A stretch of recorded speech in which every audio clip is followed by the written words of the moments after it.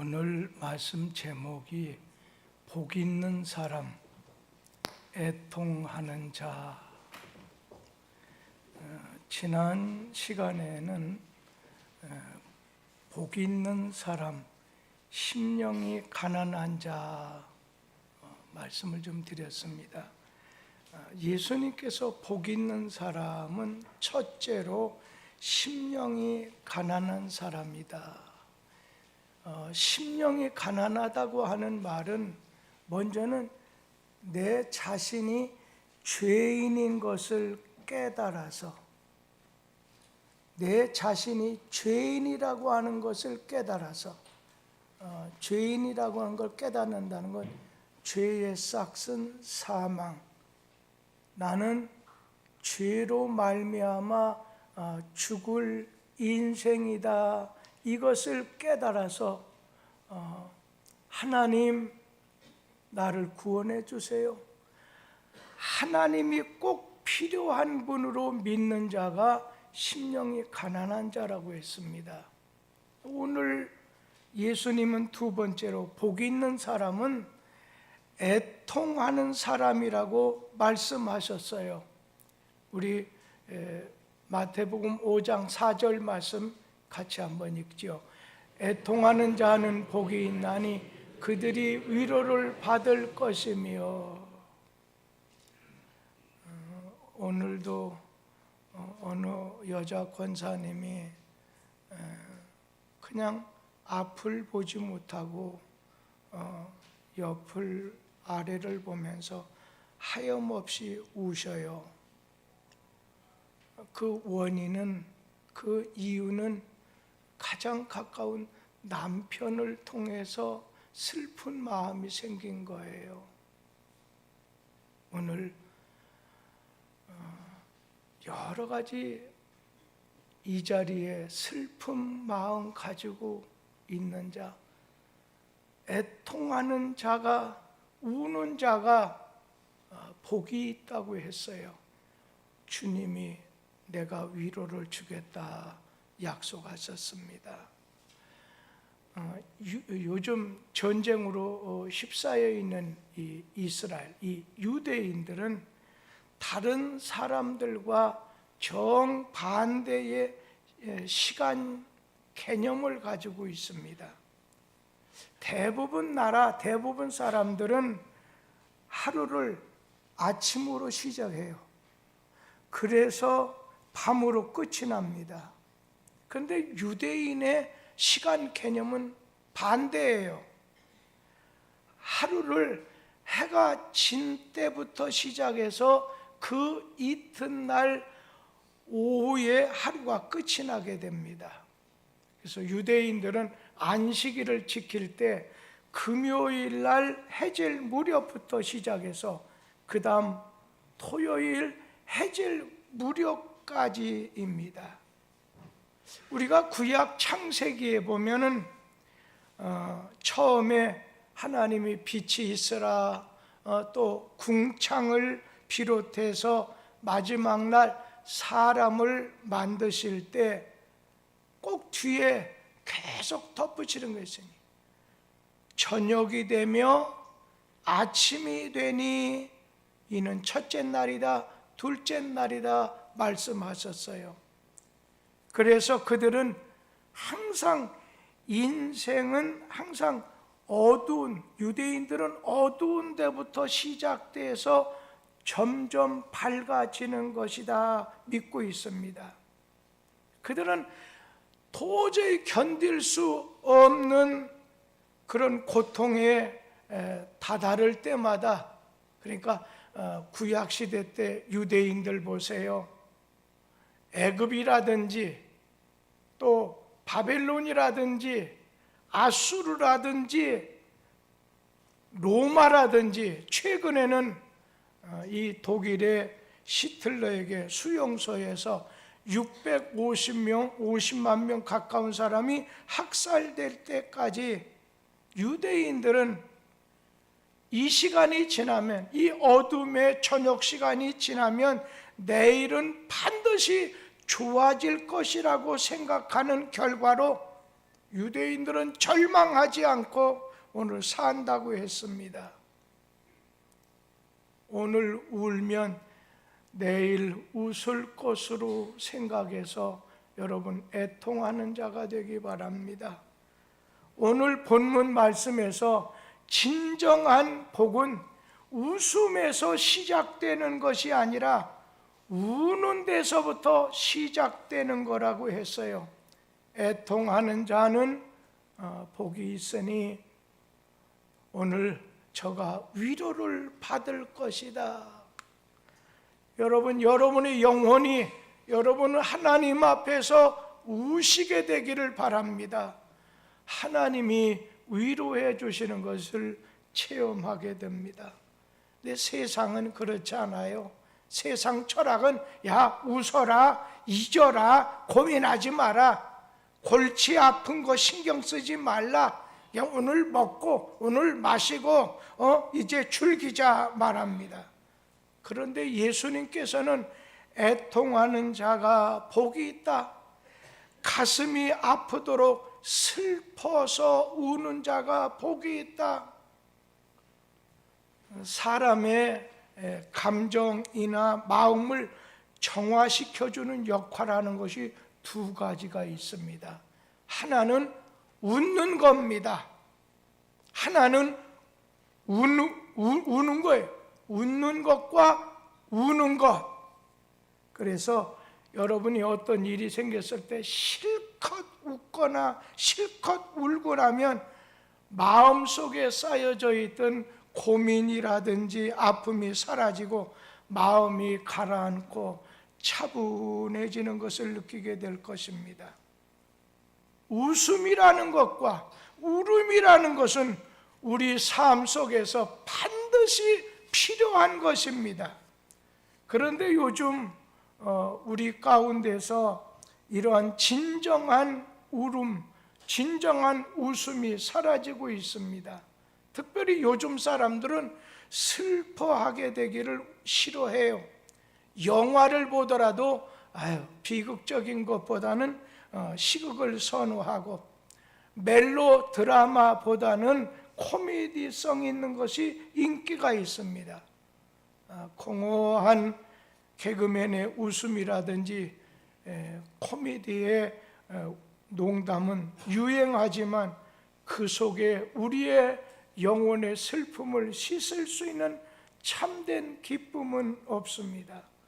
많은 사람들은 슬픈 일을 당하면서도 자신들의 부족, 자신들의 죄 때문에 가슴을 치면서 슬퍼하는 울음은 찾아보기가 힘듭니다. 오늘 사람들이 진정한 울음, 진정한 웃음을 잃어버린 채 삭막하고 메마른 가슴을 안고 살아갑니다. 눈물이 말라버리게 되면 인간미와 감동이 없는 냉혈 동물이 됩니다. 눈물은 우리 마음의 상한 감정을 씻겨주는 치료자 역할을 합니다. 그래서 성경 말씀 울으라는 겁니다. 애통하라는 것입니다. 그러면 하나님이 주시는 위로를 받을 것이다. 여러분, 애통한다고 하는 말, 애통이란 건 눈물과 울음이라고 생각해 보세요. 애통하는 자는 그 의미가 뭐냐면 내 자신이 아직 살아있다고 하는 증거입니다. 의식이 없는 사람 감정, 감동, 눈물 없습니다. 그래서 식물인간입니다 하게 되면 이거는 어떻게 한 거예요? 의식이 없는, 판단할 수 있는 능력이 없다는 거예요. 의식이 살아있을 때 감동이 있고 눈물이 있습니다. 내 자신이 살아있다고 하는 것, 그것이 바로 애통할 수 있다는 거예요. 그리고 또 애통하는 사람은 자기 자신을 바라보고 자기 자신을 찾으려고 할 때 눈물이 납니다. 예수께서 요한계시록에서 라오디게아 교회를 향해서 말씀하시기를 내가 살았다는 이름은 가졌지만 실상은 죽은 자다 하면서 요한계시록 3장 17절에 이렇게 말씀해요. 다 같이 한번 읽어보지요. 네가 말하기를 나는 부자라 부유하여 부족한 것이 없다 하나 네 곤고한 것과 가련한 것과 가난한 것과 눈먼 것과 벌거벗은 것을 알지 못하는도다. 그러니까 네 자신을 바라보고 정신을 차리고 회개하라는 거예요. 통곡하라는 거예요. 내 부족함을 직시하라고 하는 말씀입니다. 자기 처지, 자기 죄를 깊이 깨닫고 슬퍼하면서 애통하라는 말씀입니다. 죄를 지었는데도 애통하지 못하는 자, 내가 잘못됐구나 우는 것이 없는 자는 양심에 화인 맞은 외식하는 사람이고 죄를 죄로 인식하지 못하는 어리석은 사람이라는 거예요. 하나님은 우는 자, 상한 심령을 기뻐하십니다. 시편 51편 17절 말씀 같이 한번 읽어보죠. 하나님께서 구하시는 제사는 상한 심령이라 하나님이여 상하고 통회하는 마음을 주께서 멸시하지 아니하시리이다. 오늘 하나님이 구하시는 제사 예배는 뭐예요? 상한 심령이라. 상한 심령이라고 하는 말의 뜻이 무언가요? 회개하는 것을, 회개하는 자를 가르쳐서 상한 심령이라고 말씀했어요. 그래서 하나님은 회개하는 자의 기도를, 회개하는 자의 찬양을 받으십니다. 한 번은 두 사람이 기도하러 성전에 올라갔습니다. 하나는 바리새인이고 또 한 사람은 세리였습니다. 바리새인은 성전 앞자리에 이렇게 서가지고서 모든 사람이 날 쳐다보시오 하는 듯이 기도를 합니다. 그 기도 내용이 하나님, 나는 남의 것을 토색한 일도 없고 불의한 일을 저지른 일도 없고, 그리고 손가락으로 기도하다가 세리를 가르치면서 저 세리처럼 파렴치한 인간도 아닙니다. 그리고 저는 일주일에 2번 10일 금식을 하고 내 자신이 이제 얻은 모든 것에 11조를 드립니다. 자기의 업적을 자랑하면서 하나님 앞에 일사천리로 바리새인이 기도합니다. 그에 반해서 세리는 멀리 서서 뒤에서 감히 하늘을 우러볼 생각도 못하고 슬픔에 잠겨서 오늘 눈물로 기도합니다. 하나님, 저는 죄인입니다. 이 죄인에게 자비를 베풀어 주옵소서. 눈물로 기도했습니다. 예수님께서는 자기만 옳다고 생각하는 사람, 바리새인보다 세리가 더 의롭고 더 칭찬해 주시면서 누구든지 자기를 높이는 자는 낮아지고 자기를 낮추는 자는 높아지리라 말씀하셨습니다. 일반적으로 사람들은 겉으로 드러난 행실, 그 사람의 업적만을 보고 상대방을 평가하지만 하나님의 시선은 그렇지 않습니다. 드러나는 모습에 집중하지 않으시고 그 사람의 속 중심을 보십니다. 그러니 하나님이 보실 때 사람들이 나는 아무리 의롭고 깨끗한 척해도 하나님 앞에선 모든 사람이 죄인일 수밖에 없다는 거예요. 도토리 키재기처럼 너나 그 사람이나 하나님 앞에서 모두 죄인이라는 것입니다. 그러기에 하나님 앞에 자기 죄를 회개하는 자를 하나님 기뻐하십니다. 자기 자신의 부족을 고백하고 회개할 때 복을 내려주십니다.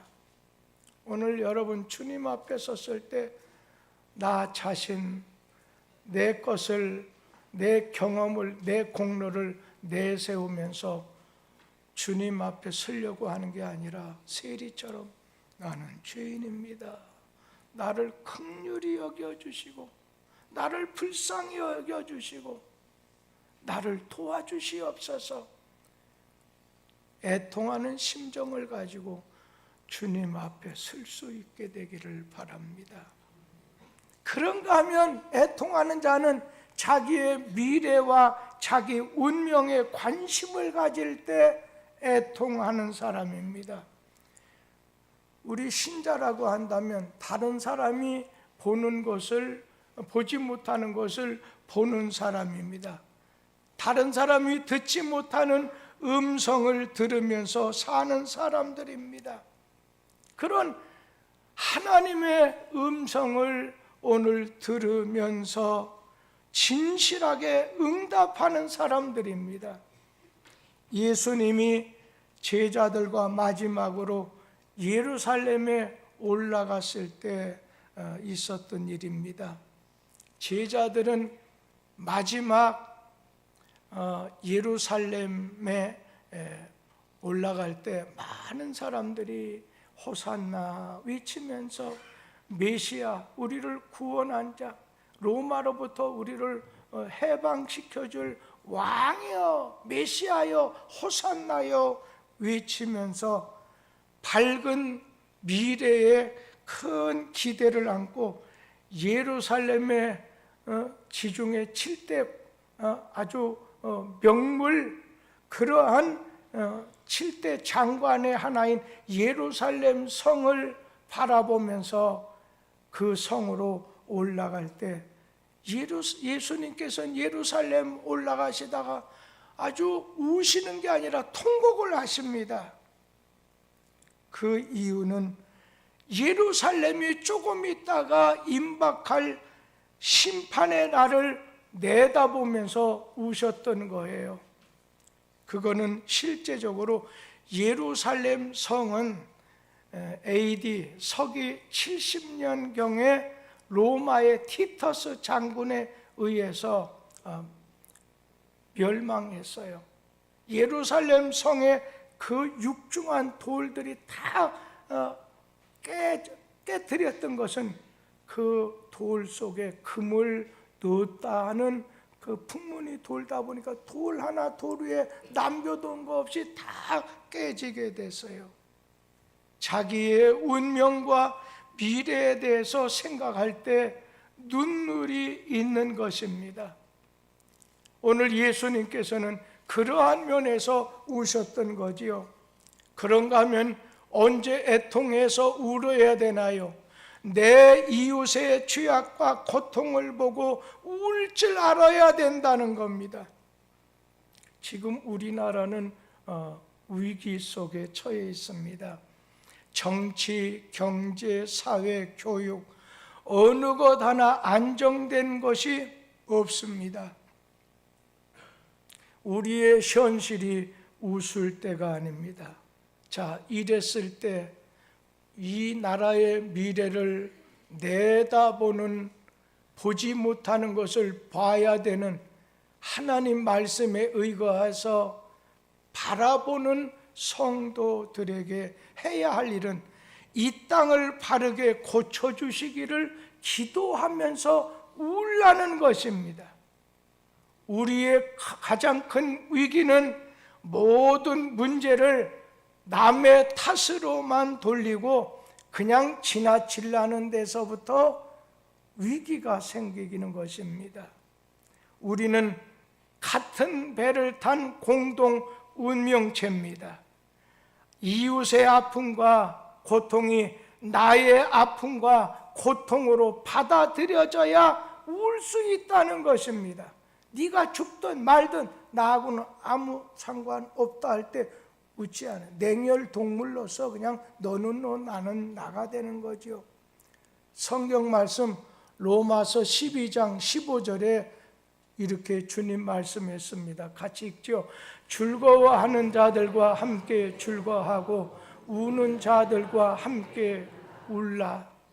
그러니까 우는 사람하고 같이 울어주고 웃는 자들과 함께 같이 웃어주라고 하는 말씀을 마음속에 새겨야 됩니다.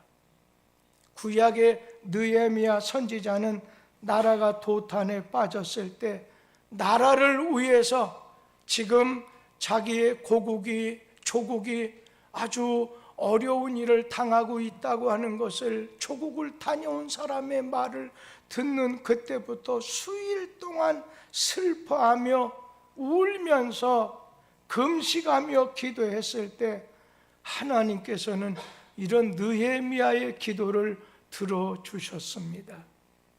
눈물의 기도는 하나님의 위로를 받게 해주십니다. 나라의 장래를 위해서, 그런가 하면 이 나라의 지도자를 위해서, 남북 통일을 위해서 흘리는 눈물의 기도는 하나님께서 들어주십니다. 오늘 애통의 눈물은 우리 자녀들을 위해서도 눈물을 흘려야 됩니다. 예수님이 지금 십자가에 매달려 돌아가시기 위해서 십자가를 지고 가실 때 예수님을 바라보면서 훌쩍훌쩍 우는 여자들에게 오히려 나를 위해서 울지 말고 너희 자녀들과 너희 자신을 위해서 울라. 자녀를 위해서 흘리는 부모의 눈물 때문에 자녀들이 위로의 복을 받게 됩니다. 남편은 아내를 위해서, 아내는 남편을 위해서 흘리는 눈물이 오늘 그 남편, 그 아내를 살리게 됩니다. 주님은 슬퍼하며 애통하는 자에게 애통하는 자는 복이 있다. 위로를 받게 될 것이다. 위로의 축복을 약속하셨습니다. 그런데 심판을 받은 자는 눈물이 없습니다. 회개가 없습니다. 이미 심판받았기 때문에 무감각한 마음이 되었어요. 하나님의 심판만이 기다릴 뿐입니다. 교만한 사람은 눈물과 애통이 없습니다. 애통하며 울 때 겸손해집니다. 겸손하게 될 때 사람은 진실하게 됩니다. 그리고 거기서 하나님을 만나 뵙게 됩니다. 회개하지 않는 죄인, 교만한 사람은 하나님의 집에 못 들어갈 뿐 아니라 위로를 받지 못합니다. 자기와 남을 위해서 울 수 있는 사람이 되라는 것입니다. 마음이 강팍해지면 울지 않습니다. 사랑하는, 하나님을 사랑하는 마음, 가족을 사랑하는 사랑의 마음이 있을 때 눈물을 흘릴 수가 있습니다. 그의 아픔을 나의 아픔으로 즐거워하는 자와 같이 슬퍼하는 자와 같이 슬퍼하게 된다는 것입니다.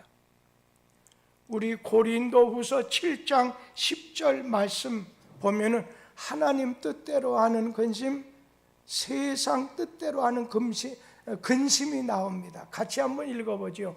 하나님 뜻대로 하는 근심은 후회할 것이 없는 구원에 이르게 하는 회개를 이루는 것이요, 세상 근심은 사망을 이루는 것이니라. 이 울음이라고 하는 것도 쓸데없는, 가치가 없는 눈물이 있는가 하면 하나님의 보좌를 움직일 수 있는 그 능력의 울음도 있다는 거예요.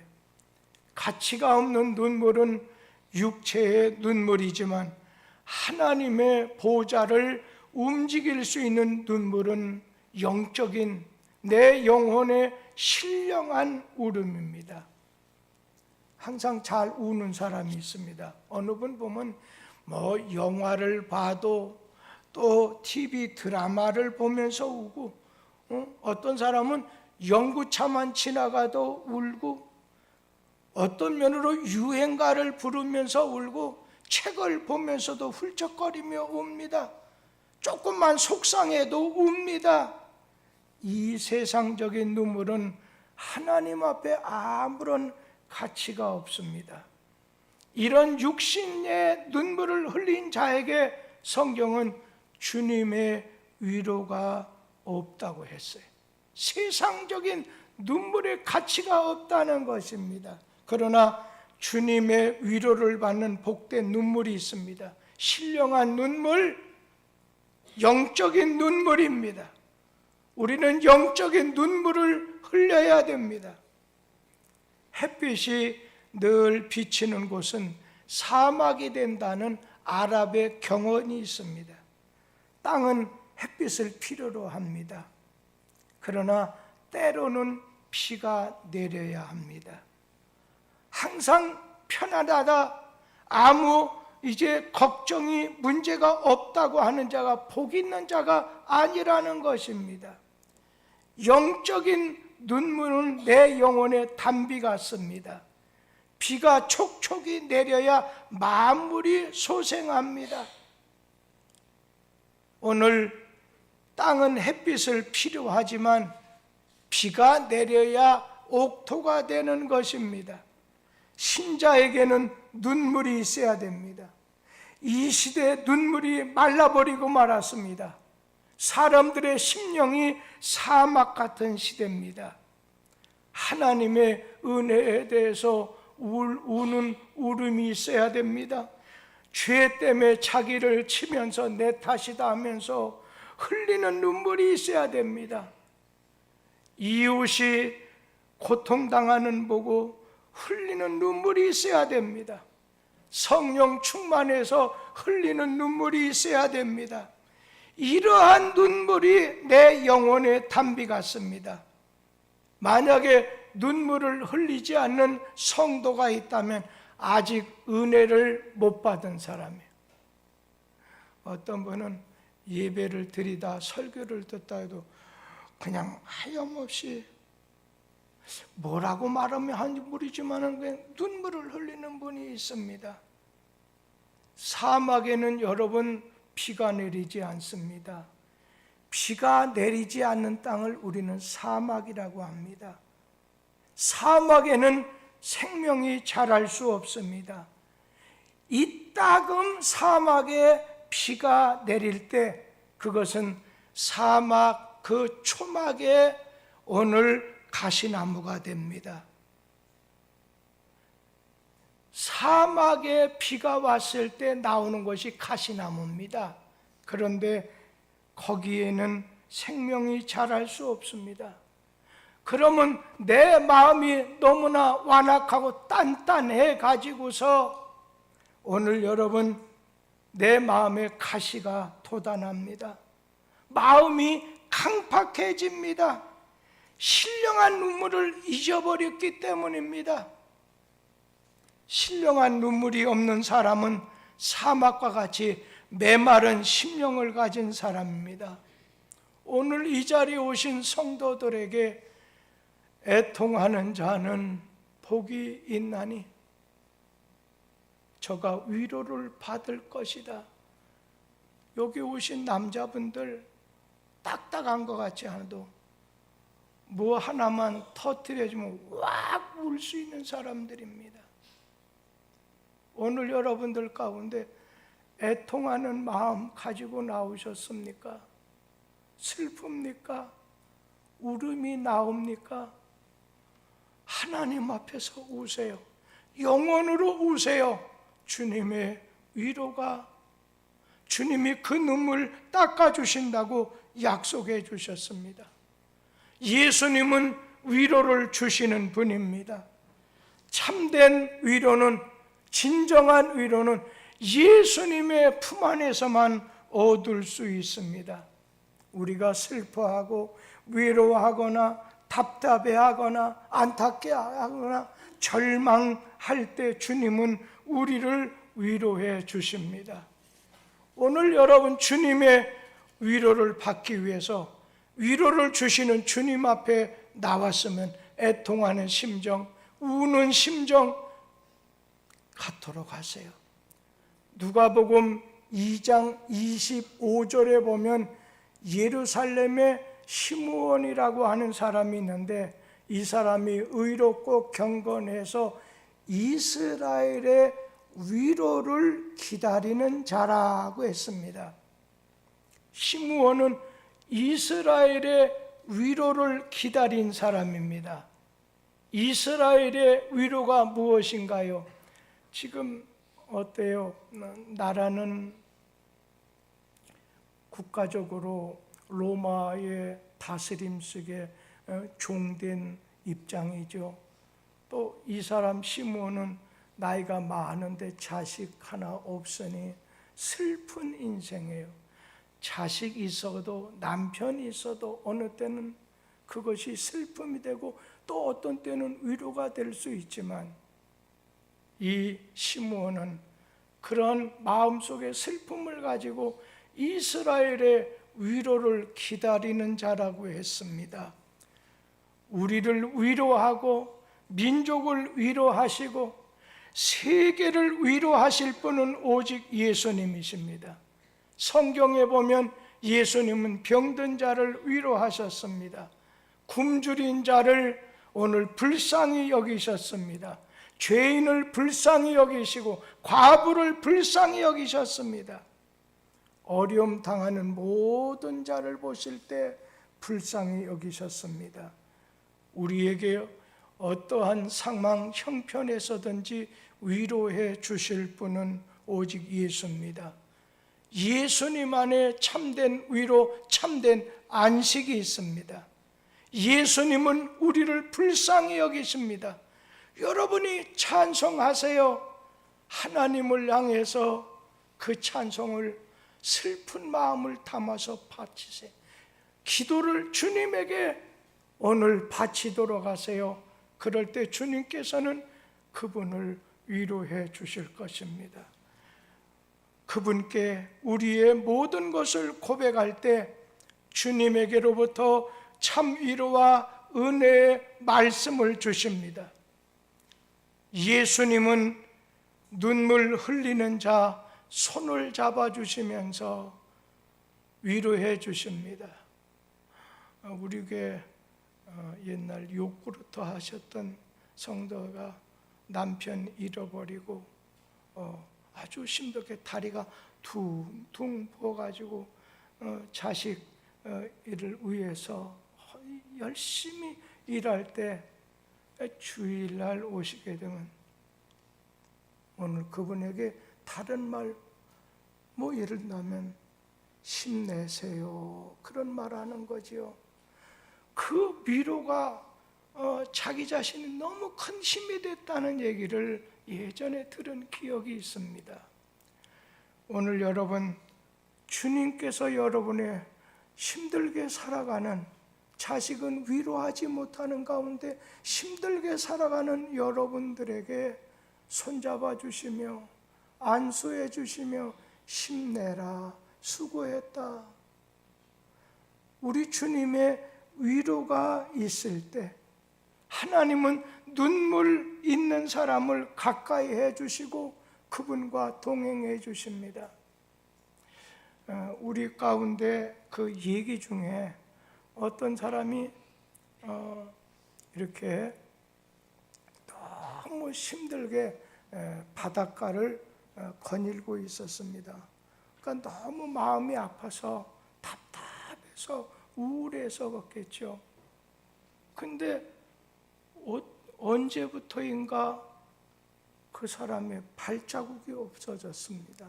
그래서 그 사람의 발자국이 어디 있습니까? 하고 주님께 물어보더니 너무 지치고 힘들어서 내가 얻고 간다.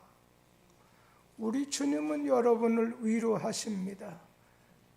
우리 주님께서는 여러분에게 안식을 주십니다. 애통하는 자에게 복이 있다. 우리 하나님께서 위로를 주시겠다는 것입니다. 여러분 중에 너무 슬픈 마음 있어요?